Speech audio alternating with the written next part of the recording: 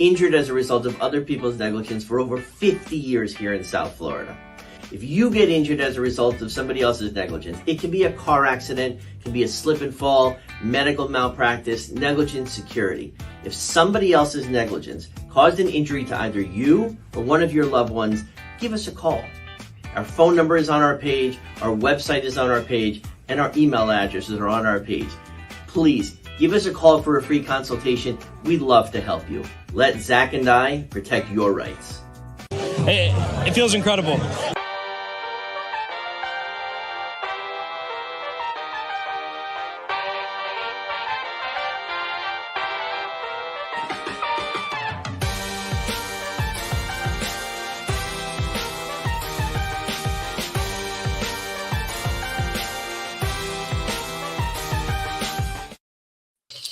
Fish on First live, presented to you by Berger and Hicks.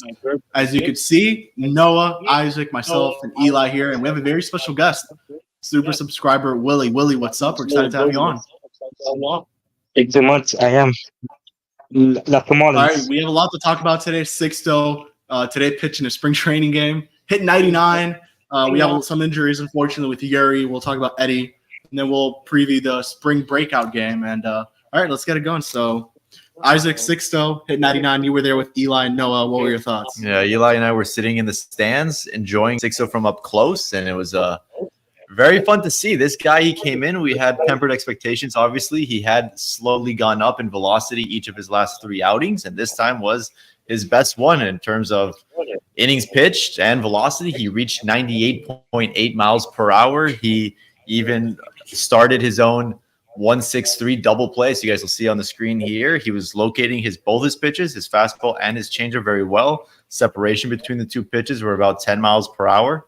Fastball was sitting at 96, 97, changeup 86, 87. So it was actually remarkable to see this guy do what he's doing now after 3 years on the shelf. So it's really special to see. And I think he has gotten an inside edge to make this team's opening day bullpen. Noah, you spoke a little bit to Sixto after the game, and what were some of the things that stood out to you from what he said? He mentioned that he was 100%, but outside of that, he felt really confident that he's fully back now. He spent a lot of time injured. He said it was very tough, and he never really felt like himself again. And now that he's gotten up to this and been able to show that he's able to pitch like he used to pitch, or at least somewhat like that, it does wonders for a guy like that who's just dealt with setback after setback after setback. Willie, with more injuries now, we'll talk about them later, mainly Chagua. What do you think Sixto's chances to make the opening day roster are? It's highly good. I like it. So far, he's doing well, and in the spring training.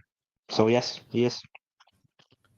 Alrighty. Yeah, what sticks out is just like the crazy, just in the past few weeks, how it is that things have totally changed for him. Because we had people on the scene for live batting practice like just a few weeks ago when he just was underwhelming, and you could tell that the stuff was so far reduced from what it used to be. And for him to, in every single appearance in games, take up a little bit from the time before, but then this big leap just from where he was 5 days ago.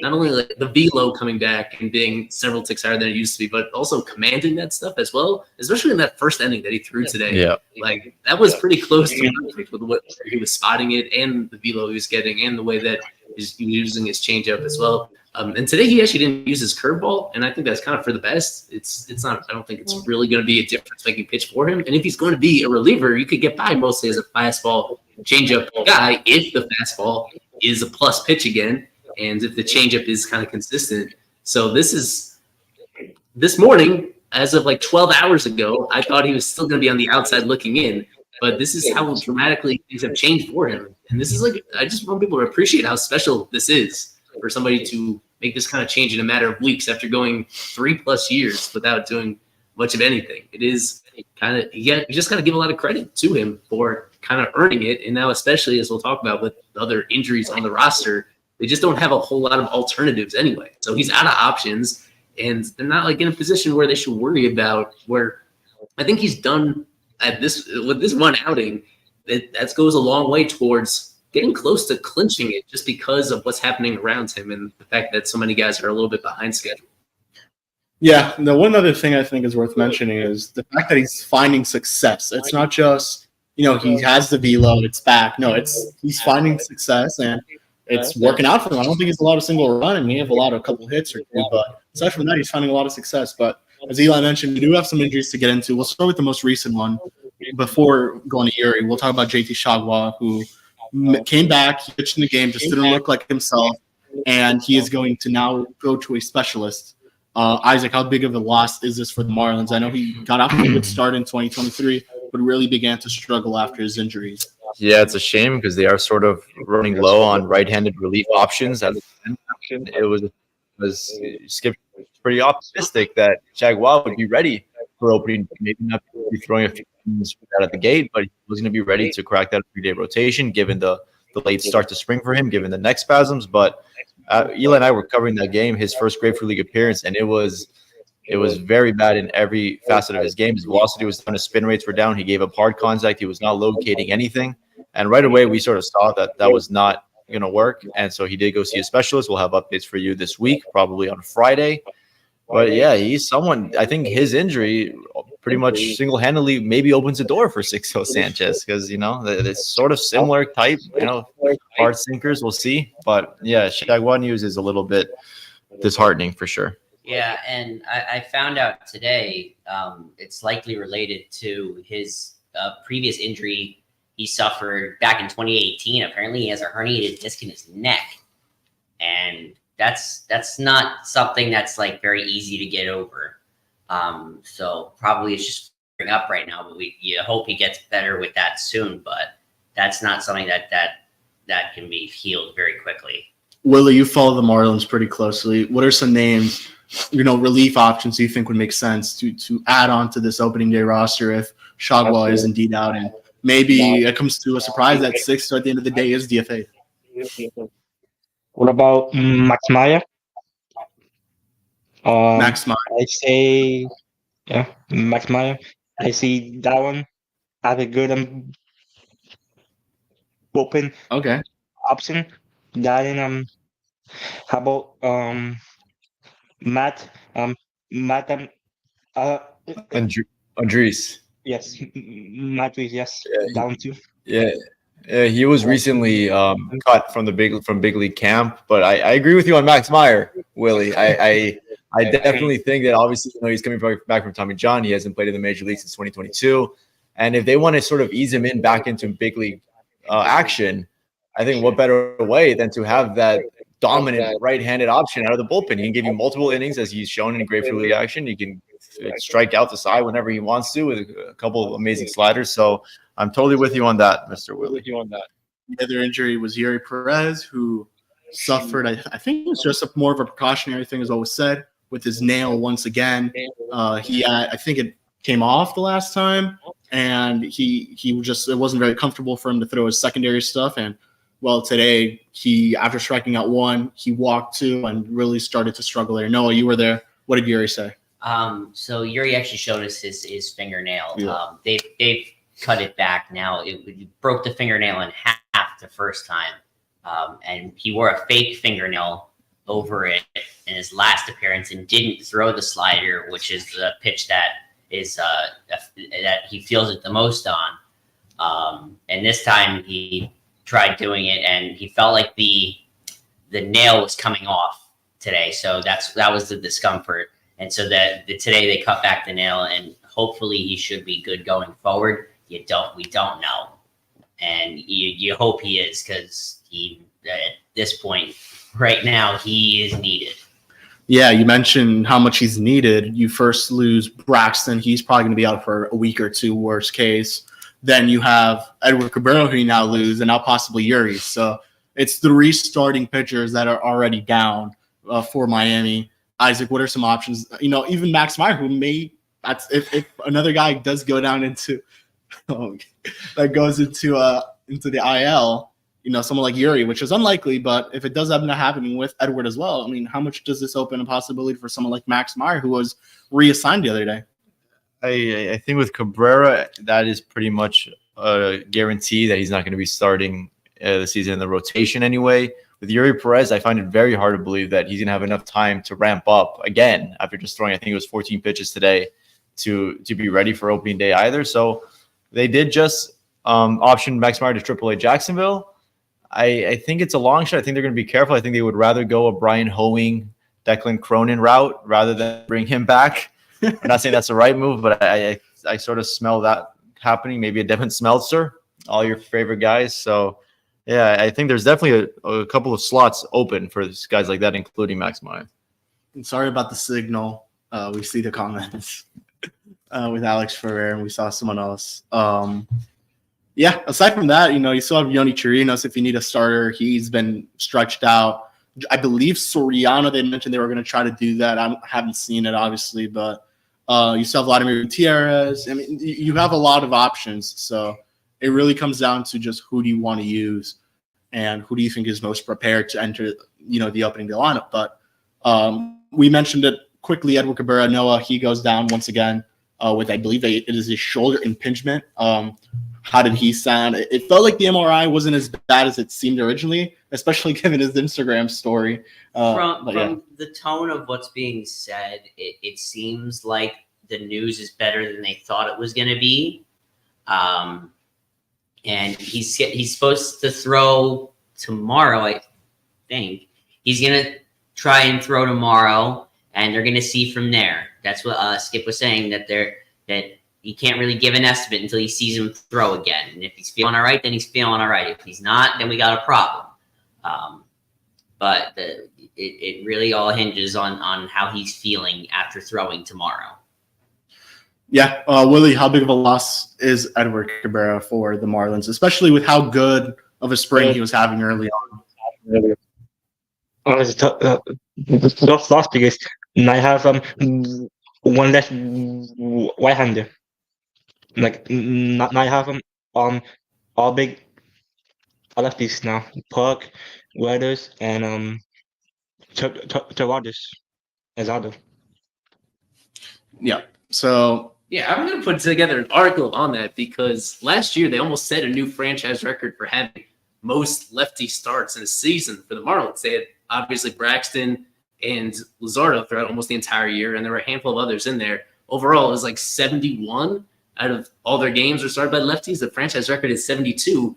But now, as we know, like for the early portion of this year, it probably is going to be 4 out of 5 every single day. And these are guys where, I mean, with Weathers, he's stretched out. Whereas if he's actually successful, he could be in that rotation for the entire season potentially. With Puck, I'm really intrigued by what he's showing so far. I don't know if he's going to last the whole season with his durability issues, but at least for the first half of the year, I like his odds of doing that.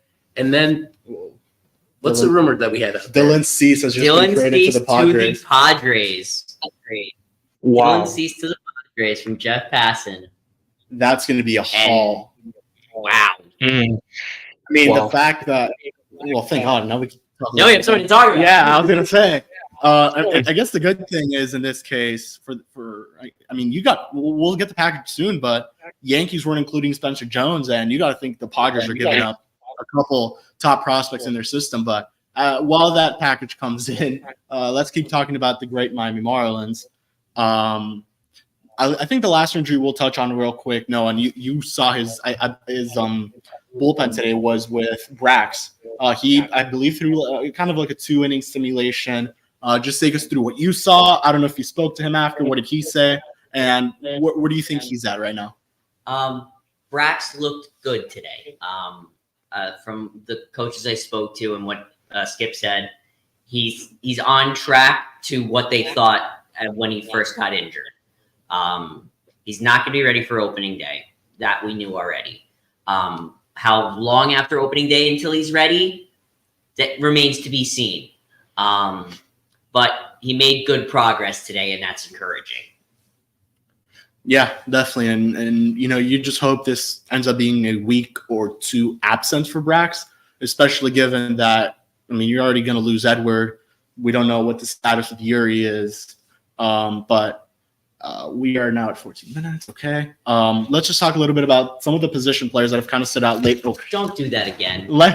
Let's talk about some of the position players that have stood out, Willie. There's a lot of guys that have stood out for Miami. Who are some that have stood out to you on the position player side? Number one is a Wise. I really like a Wise. Number two, I think it's Nick Golden. That's another one too that I like. Okay. And what about? No. Yeah, that's it. That's two. All right. I want to also shout out Tristan Gray. He's had a very nice spring. He could, I'll go on the prospect side of things here. And I like what I've seen from Tristan Gray. I believe it's 2 home runs, a couple RBIs in there. He's really played well. He's playing all around the field, and he's still here. I mean, they've chosen him over Troy. And I know Troy had the injury, and we can talk about that a little bit as well. Because Troy, for the most part, have been very impressive. His only strikeouts came in that final game. So, Isaac, talk to us about who stood out to you on the position player side, and then we could talk about the recent cuts of Troy and a couple other guys. Which crazy enough, and no knock on this guy, but Javier Sanoja is still on the big. Still there. He's still there. Javier That? Sanoja is the second youngest player on the major league team right now. Because Yuri's the youngest, and he's still there. Oh, Sanoja's older than Yuri? Yeah. Yeah. Yuri. Well, just to go back to Tristan Gray for a second. If for some reason they had him playing first base today, and he had a really a silly play that cost the Marlins a run defensively today. Obviously, I don't think the Marlins acquired him for his bat. But on the position player side, honestly, I'm going to keep it brutally honest here. There is no one that has really impressed me so far. Like we were talking about it earlier, Tim Anderson and Josh Bell are the only regulars with home runs so far this spring. Obviously, Tristan Gray was off to a great start, but aside from a rise really getting back to his true form, I don't think you can point at anyone and say they have had a great spring, unfortunately. So that's a little worrisome if you ask me, but obviously it is spring training. There's still about, I think 14 games left, I want to say. So there's plenty of time for guys to see more pitching and get better. And then apparently today on the backfields, we heard that Tanner Scott had a nice outing today as well, which is really good to hear after the devastating Grapefruit League start he's had this year. But he pitched really well, lights out. And I guess Griffin Conan also had really good cuts in the backfield today again as well. Yeah, and it's nice to see, though, especially on the minor league side, guys who will probably be at AAA, because if there's one thing this team's going to need, it's going to be depth. And we know they have it on the pitching side, but really on the position player side, they're going to need it. Before we go into the break, we're going to talk a little bit about the jerseys. Noah, This is your thing, so we'll let you talk about it. But Isaac broke the news. Who broke the news? I'll let you talk about it too, but Noah had the article done a very long time ago, and we're glad that he was able to show that today. And so I'll let you guys take over it. Isaac, you can go first. Oh, it's not break? No, I said before the break. Well, yeah, absolutely. Today we announced it, and then the Marlins shortly after confirmed that the Marlins, their lineup for the uniforms this year, it's going to be Mondays through Fridays. Night games will be the home whites, the ones that have been there since 2019. The Friday night games will be the midnight blacks, they're calling it, the alternate black jerseys with the new white font, white lettering on the black jersey, which will help with being a little bit more readable from the stands and from the press box. On Saturdays, it will continue being the Legacy, City Connect, Sugar Kings red jerseys.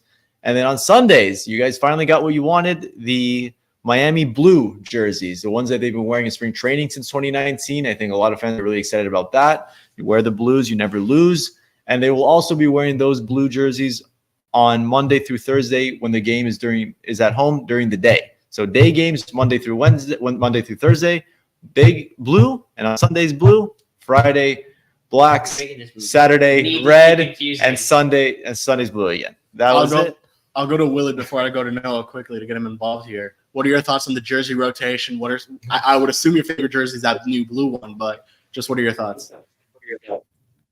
I love it. Mm-hmm. I like the white. Yeah, I like the black. But so far, I'll be buying the white ones and the black ones too. All right. No, take us through what you wrote on your article, just some things that stood out to you about the jersey rotation. So it's not actually the same as their previous spring training uniforms. Now, instead of just the Marlins logo on the chest, it's now Miami across the chest, or is it Marlins? I can't see because of the wording there. It's Marlins across the chest. The white jerseys and the gray jerseys say Miami. The other two say Marlins. I like the change that they made with the black jerseys. Now it's the white lettering instead of the black lettering, which could not be seen. The black jerseys are now Black Fridays, and select road games. Most of the time on the road will be worn Fridays and Saturdays, and sometimes I think on getaway days. And the rest of the time on the road, they're only allowed to bring 2 jerseys on the road, so it'll be grays the rest of the time. At home, the home whites as usual. The only difference this year is instead of the teals on Friday last year, which I'm glad they're keeping as a special thing for anniversary seasons. I don't think that should be unless they go fully back to teal and use it every day. It should be a special thing for like the milestone years. And I like that. The one gripe I have with the blue uniforms is I think they're going to be wearing them with the black Marlins hat. And I think, as we've seen in spring training, they just look right with the blue hats. What's going on over here? Nothing. Just keep talking. I do want to clarify something. So I don't totally buy that BS about reserving the teal for the special moments. They're the best uniforms that they have. I would love them to be every day. And that one of the motivations why it has to do with the change in the manufacturing and the fact that they, in order to actually get the precise shade that they were looking for, with Nike and Fanatics, as everybody has noticed, and there's been a lot of outrage about the changing in the formatting. A lot of the template that they use to print the jerseys is new this year, and they felt like the teal would not translate as well moving forward as it has last year when it was perfect, when it was by any objective, even outside of the market. Would you be okay if those teal uniforms were ruined by the small lettering on the jerseys, like this year, like the jerseys this year have been ruined? Yeah, well, I think that would be, all things considered, every jersey is taking a small step back due to the design changes as well. But this, as we mentioned, these blue spring training inspired jerseys are ones that were popular immediately in every single year. So if you are going to make that change, like that is, the best possible backup plan, consolation prize for people. And the way that they're mixing it up is really clever from the very start of the season. The fact that 4 different unis and 4 different days, that variety is good. And we mentioned it, of course, at the time when it was announced, the revised black version where you can actually read the names on the back. Like that was a pretty obvious issue that had lingered for a few years. And then they made the name smaller again. Yeah. All right. It's like 2 steps forward, 3 steps back with that. I mean, just to say something on the teal, Eli, I think the reason why it was such a success objectively for everyone is because it hadn't happened in a few years. Since 2018, I think was the last time they had the teal. So every 3 years, I think that's what that makes it, keeps the aura alive. The aura is what the kids are saying. I will give the Marlins credit. The Flashback Fridays really were a hit. They brought in fans. They brought in former players that you hadn't seen in multiple years. Oh my god, it was cool. It was a cool. It was so sick to watch. Levan Hernandez throw the first pitch every single Friday. Except Levan Hernandez. Every single Friday. He may have set the record for pitches thrown in a single season. What were you saying, Willie? No. Oh, okay. All right, we're going to go into a break. We're going to preview the spring breakout game. And I guess what's to come this weekend for the Marlins? We have been representing people injured as a result of other people's negligence for over 50 years here in South Florida. If you get injured as a result of somebody else's negligence, it can be a car accident, it can be a slip and fall, medical malpractice, negligent security. If somebody else's negligence caused an injury to either you or one of your loved ones, give us a call. Our phone number is on our page, our website is on our page, and our email addresses are on our page. Please give us a call for a free consultation. We'd love to help you. Let Zach and I protect your rights. I told you not to do that again. Welcome back. FOF Live, presented by Berger and Hicks. Here live from FOF HQ in an undisclosed location in between West Palm Beach and Jupiter. Eli, Isaac, Noah, Kevin in our bathroom, we think. With our guest Willie Garcia on here with us. Thank you, Willie, for joining us. I think we wanted to take a look forward to the spring breakout game that is coming up on Friday. Really, it's a doubleheader with the actual Marlins Grapefruit League game against the Cardinals, and before that, they do a prospect versus prospect matchup in here. So I have the rosters that you can look at. The Cardinals are one of the lucky teams that have 2 full rosters worth of guys, so they're splitting it up, which I guess makes it somewhat of a level playing field. So we know this is not the deepest Marlins farm system right now, Right. And but I guess we focus first on the guys that the Marlins are playing in here that we know of so far. Pretty much starts with we think potentially in order back to back. Noblemeyer, then Thomas White, and then big drop off from there. Like Eli mentioned, the number 1 overall pick, number 1 Marlins pick in the 2023 draft. Noblemeyer will be starting that game. We presume. We've gotten a little bit of hints that he will be the starter, followed by Thomas White. And on the position player side, Willie, who I know it's slim pickings, but who is someone that intrigues you in the position player list that will be in this game?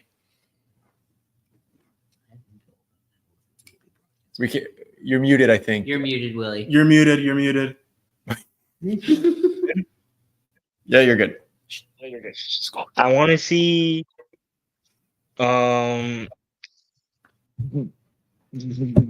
Victor Junior and Eddie Cappy, and I really want to see another shot of Jacob Berry. Oh, well, Jacob Berry's an interesting one. Yidi Kepe actually got some Grapefruit League action today. I'm not sure if he ended up getting an at-bat, Eli. I don't think he did. He did come in defensively to play third base. I believe he pinch ran for Berger.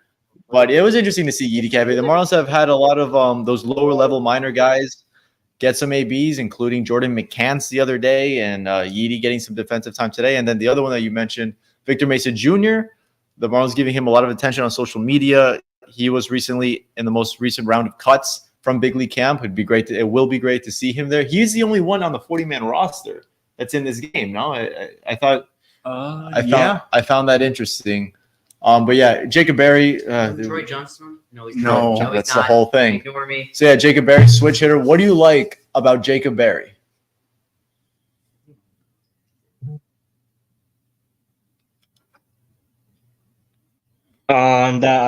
He's a switch hitter, power hitter too. He can play good base, and first base too. I really like his build, like he's strong. Yeah.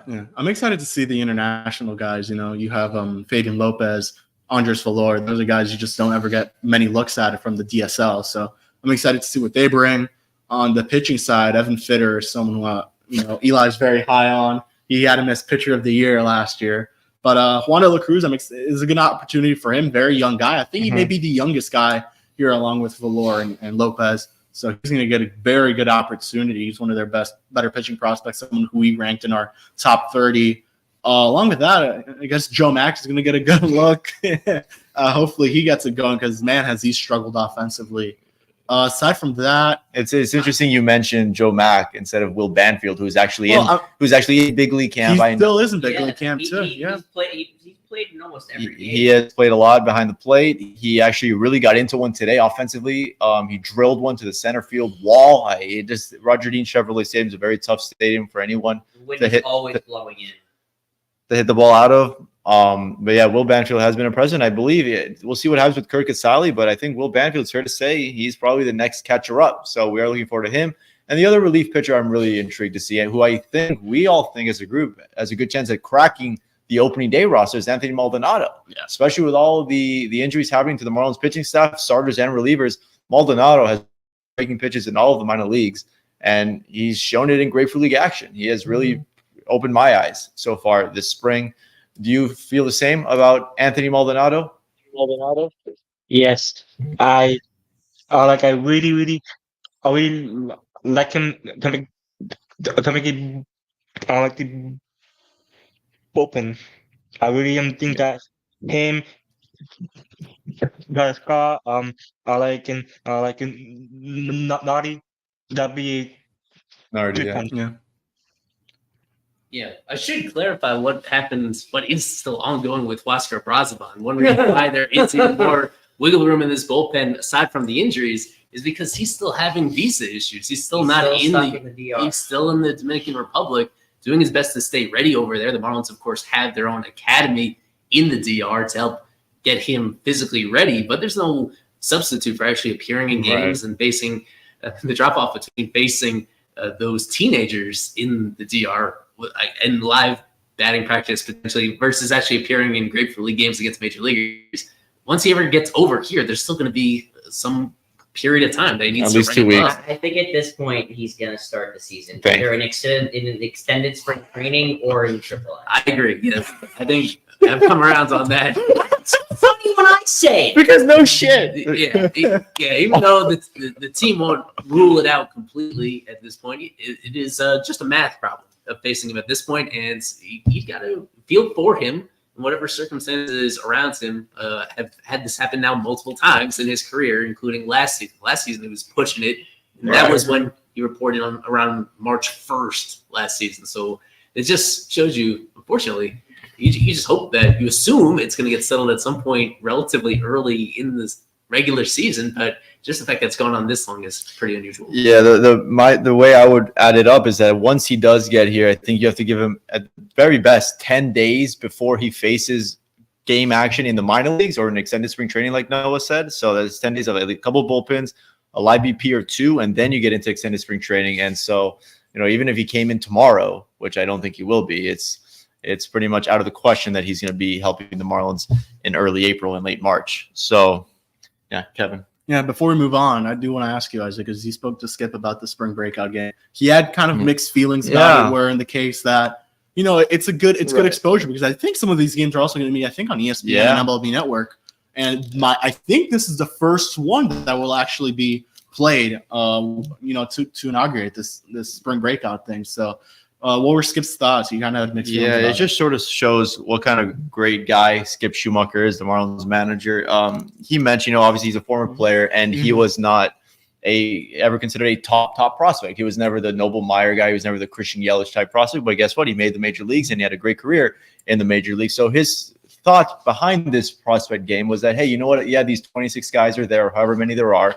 They're all there, and they're all going to get the exposure. But what about the rest of the organization? There's about 160 to 180 players in the organization, and do the remaining 140, they're watching from the stands. Do they feel, what am I, not a top prospect? And so he's really putting himself in their shoes, because he was in their shoes back in when he was a prospect or a non-prospect in the Cardinals organization. So, he loves the exposure that these kids are going to get. He thinks it's awesome. It's going to be really good for baseball. Any opportunity you get to grow the game of baseball is a positive for Major League Baseball, but you do have to look at it from that point of view. And I think Skip Schumacher did a really, really good, humbling job of explaining that to the media. And obviously we reported it, but I think it's a really good point, because there are a lot of guys who are probably very deserving of being in this game who just aren't there, and they're going to have to maybe wait till next year. And that's a good thing about this inaugural one. There's going to be many more after that. And I think, what's worth mentioning is that these rosters are based off of MLB Pipeline's top 30 list, which that's we have our own takes on that, but it goes to show just some prospects that deserve to be on there that aren't on there. But we won't get into that now. We'll wrap it up with one final topic, because talking about relievers, they signed Noah, go ahead and talk about the broadcast. Yeah, so there was a lot of questions about if these spring breakout games would be broadcast on TV. I ran into Danny Wexelman when covering the previous game at Clover Park against the Mets. ESPN is going to be carrying every single spring breakout game in one broadcast. Nice. They're just going to be bouncing around from game to game. NFL Red Zone. Danny Wexelman's going to be the host of it. Just going to go back and forth, game to game for like 9 hours straight. So for prospects, for farmheads, I guess, if you want to say, it's a good opportunity to watch all the games. But all right, finally, let's wrap up. Marlins signed Michael Givens to a minor league deal. You guys spoke to him not too long ago. Eli spoke to him. Eli spoke to him too. He's been established for a couple of years now. He was in Chicago not too long ago. Most recently with Baltimore, where he kicked off his career, really struggled, but there's still a lot to like from Michael Givens, Eli. Well, he's been around a long time, primarily with the Orioles, but most recently had a little brief run with the Cubs, and then the Mets. Even the Mets was the most recent one. And then he came back to the Orioles, and the reason why he's available on a minor league deal, even as a guy that has a mid-threes career ERA, even though he's been in high leverage situations recently, even though he's not all that old at this point. I'll have to double check. I think 33. I think it's his age 34 season so far. He's coming off a pretty lost year where he hurt himself in spring training around this time a year ago, just taking a wrong step on a mound. And that kept him out for the better part of a month and a half. As he was rehabbing to get it right, he admits that he kind of rushed through it, and that led indirectly to some shoulder issues that sidelined him for the rest of the year. When he was healthy and when he was available in the big leagues, you should say, it was just 6 games. It was an 11.25 ERA, but he was never really healthy all last year. So it's interesting timing because it's not all that different than like the Oscar Brazovan situation. He just got to camp yesterday for the first full day, and he threw a live BP. He threw just a bullpen session. He's going to go to live BP on Friday. A very good chance that we see him in a couple Grapefruit League games before things are done. And just like anybody with his service time, as somebody that's been around for 8+ years, he can opt out at the end of spring if he doesn't have a roster spot in order to look for a spot elsewhere. What is interesting is he gives a different look. He's only 6 foot tall, and he also has a low release point even from that side. So it's a different look than you get from a lot of these other Marlins relievers, and that's something that just about any manager would value, including Skip. So that helps his cause a little bit. And if you feel like he's a serious threat to opt out, then that's a consideration. That's why somebody like Trey Mancini, when he reported to camp, people thought, well, he has an inside track of maybe sneaking onto the roster because you'd rather give him a shot if it shows anything at all that he has left in the tank. You'd rather give him a little shot in real games rather than move on. And the same thing kind of applies here. But it's such a small sample. I think the most likely scenario is that he's going to be just on the outside looking in. And there'll be a decision for him as to whether or not he's willing to stick around in AAA Jacksonville for an indefinite amount of time. But we'll see what comes of it. We'll obviously know more once he actually appears in games. And as long as this live BP goes well on Friday, then, we'll get a glimpse of him. And, just give him all the other lack of alternatives that the bullpen has right now. It wouldn't be a shocker if he makes it in. I think Isaac in particular thinks there's maybe a higher likelihood that he sneaks into the equation. But meeting him, he was a very polite guy. And it's like he just went back to outside of baseball as somebody that is born in Tampa and still lives kind of in that area with his kids. That was an important quality of this fit, is that they would be a lot easier for his children to see him pitch if he does make the team. All righty. The last thing we'll mention before we wrap up, just kind of previewing the weekend, I think it is. So tomorrow, AJ Puck's going to pitch in a minor league sim game. Should be 9 innings. That's what they've been doing most recently. Not 9 innings for AJ Puck. Not 9 innings, yeah, obviously. Willie, what have been your thoughts about AJ Puck in that rotation, and really what have you seen from him that you like? Amazing stuff from Puck. I really like his fastball, like a tall a lefty coming at you. Yeah. So AJ Puck pitches tomorrow. I think on Friday it's who? Friday, Ryan Weathers once again. So that'll be expected to go 6 innings. Yeah, I mean at that point of spring, exactly. He's the only guy that's actually on track.